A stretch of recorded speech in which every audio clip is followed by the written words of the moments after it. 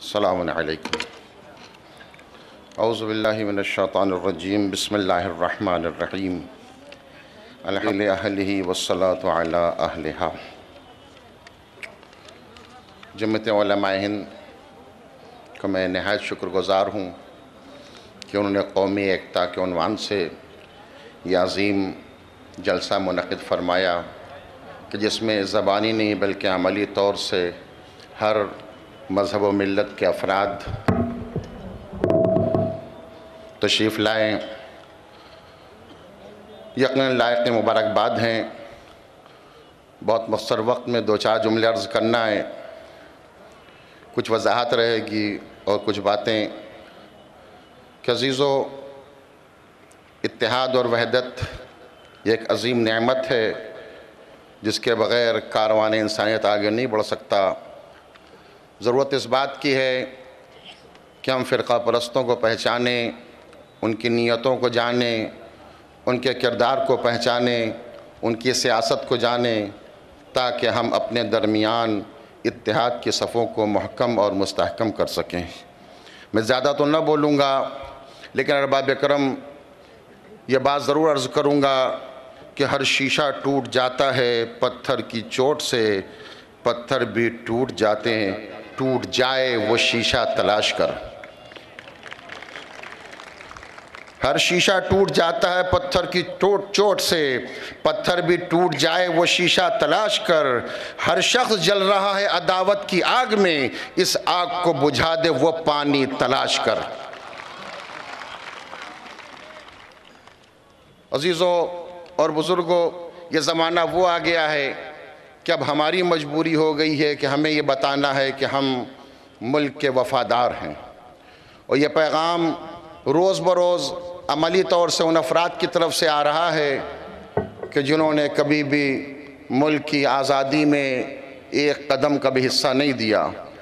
میں زیادہ تفصیل پہ تو نہ جاؤں گا، آپ کے سامنے وہ موجود ہے کہ جب آزاد ہند فوج کی تشکیل پائی تھی تو اسی سوراشٹر کے دھورا جی کے رہنے والے میمن عبدالحبیب یوسف مرفانی صاحب تھے۔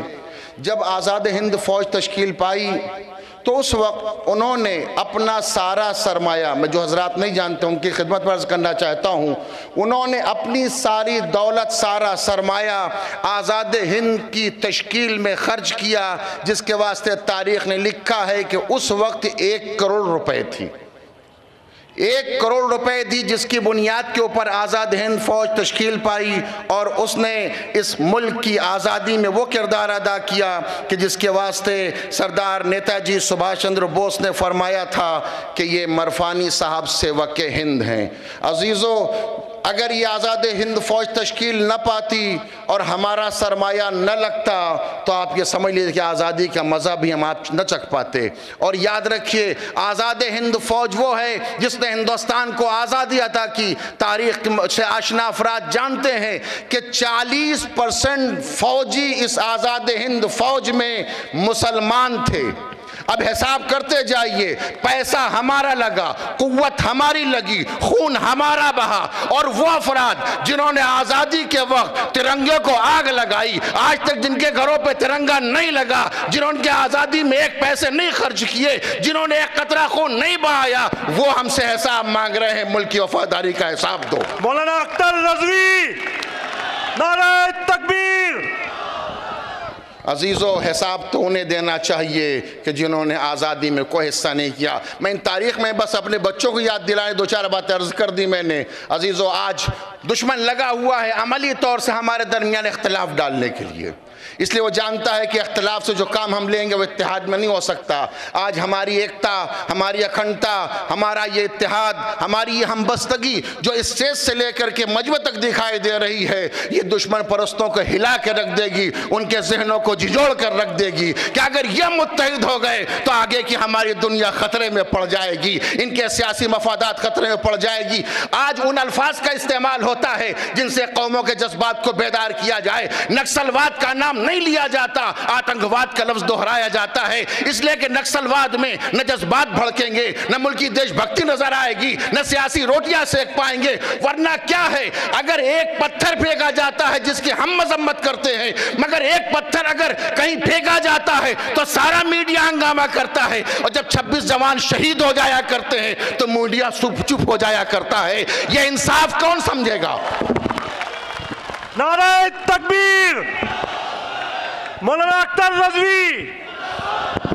میڈیا بھی جانبدار ہے، تمہیں پتھروں کی آواز سنائی دیتی ہے، تمہیں ان شہیدوں پر، ہمارے جوانوں پر چلتی ہوئی نکسلیوں کی گولیوں کی آواز سمجھ میں نہیں آتی۔ پتھر کی آواز آئے گی تو ایک ہفتے کا ڈیبیٹ ہوگا، گولیاں چل جائیں گی، 2 دن بعد تم خاموش ہو جاؤ گے۔ یہ انصاف نہیں ہے۔ اور معزز مہمان جس جلسے کی روح رواں ہیں، تشریف لے کر کے آئے ہیں، میں ان کا بھی استقبال کرتا ہوں۔ آج اتفاق سے ہم دونوں کا ساتھ ایک ہی ساتھ سفر ہوا تھا اور بڑی خوشی رہی مجھے بھی کہ میرا ساتھ ان کے ساتھ رہا۔ انشاءاللہ آپ ان کے بیانات سے محظوظ ہوں گے۔ بس 2-4 جملے عرض کرنا چاہتا ہوں۔ میں اپنی اس درمیانی گفتگو میں اسٹیج پہ بیٹھے ہوئے علماء کرام، بزرگان ملت اور محترم اپنی امت سے ایک چیز کی وضاحت چاہتا ہوں، نہایت معذرت، مگر یہ پیغام دینا، چونکہ میں اپنے قوم کا ایک ذمہ دار فرد کی حیثیت سے مجھے دعوت دی گئی ہے، میں حاضر ہوا، میں بتانا چاہتا ہوں آج ہندوستانی سیاست میں حکومت کی جانب سے ملت کو بانٹنے کے لیے کچھ زر خرید افراد تیار ہوئے ہیں جو ہماری ملت کے نام پر امت اسلامیہ میں افتراق اور انتشار ڈالنے کے لیے جن کو استعمال کیا جا رہا ہے۔ میں چاہتا ہوں یہ پیغام آپ اپنے ذہن عالی تک رکھیں، اس لیے کہ اس وقت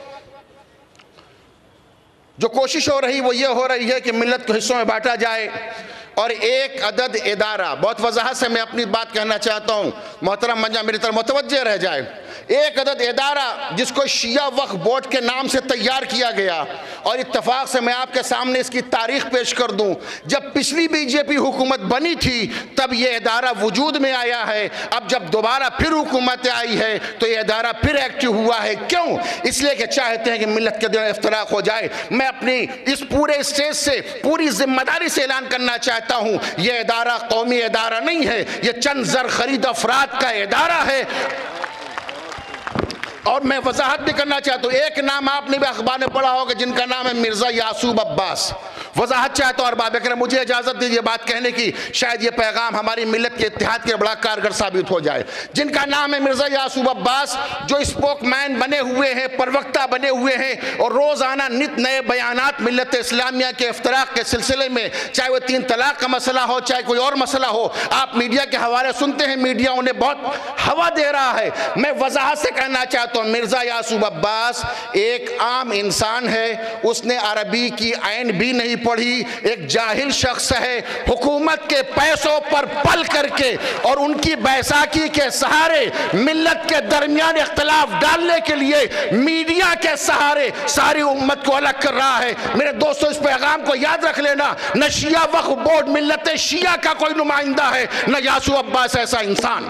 اس سے زیادہ میں عرض نہیں کرنا چاہتا، مگر یاد آ گئی بات کہ آج ہم سے لوگ کہہ رہے ہیں اور بڑے زور سے کہا جا رہا ہے کہ ہمیں مسلمان عورتوں کی فکر ہے، مسلمان خواتین کا مجھے بہت چاہت ہے، میں چاہتا ہوں ان کی ہمدردیاں سمیٹ لوں۔ شاید میرے دوستوں اور عزیزوں، جو رپورٹ آ رہی ہے اس بنیاد کے اوپر، میرے پاس ایک چھوٹی سی رپورٹ ہے، اس کے اندر یہ تحریر ہے ارباب کرم، میں اس لیے سنا چاہتا ہوں تاکہ آپ سن لیں کہ مسلمان عورتوں کی ہمدردی رکھنے والے افراد میری اس پیغام کو سن لیں ارباب کرم۔ RTI کے ایک رپورٹ میں ہندوستان کے تقریباً 5 یا 6 صوبوں میں سے 10 یا 12 مسلمان نشین شہروں میں جہاں مسلمانوں کی بڑی تعداد ہے وہاں تک سروے کیا گیا جو 2011 سے 2015 کے درمیان کا ہے۔ 5 سال کا سروے ہے اور اس کے درمیان سروے کی رپورٹ یہ بتا رہی ہے کہ اس 4 سال میں 2011 سے 2015 کے درمیان 10 سے زیادہ شہروں کے اندر مسلمانوں کے درمیان 1307 طلاقیں ہوئیں، مسلمانوں کی 1307 طلاقیں ہوئیں، ہندو مذہب کی 16,505 طلاقیں ہیں، اور کرسچن مذہب میں 4,827 اور سکھ برادری میں کل 8۔ میں آپ سے اتنا کہنا چاہتا ہوں، جسے عورتوں کا درد ہو تو پہلے اپنے گھر کی فکر لے، اس کے بعد دوسروں کی فکر کرے۔ جہاں 16,000 طلاقیں ہو رہی ہیں، پہلے ان کے درد کا علاج کرو، پھر ہمارے درد کے بارے میں سوچ لینا۔ والسلام علیکم ورحمۃ اللہ۔ نعرہ تکبیر!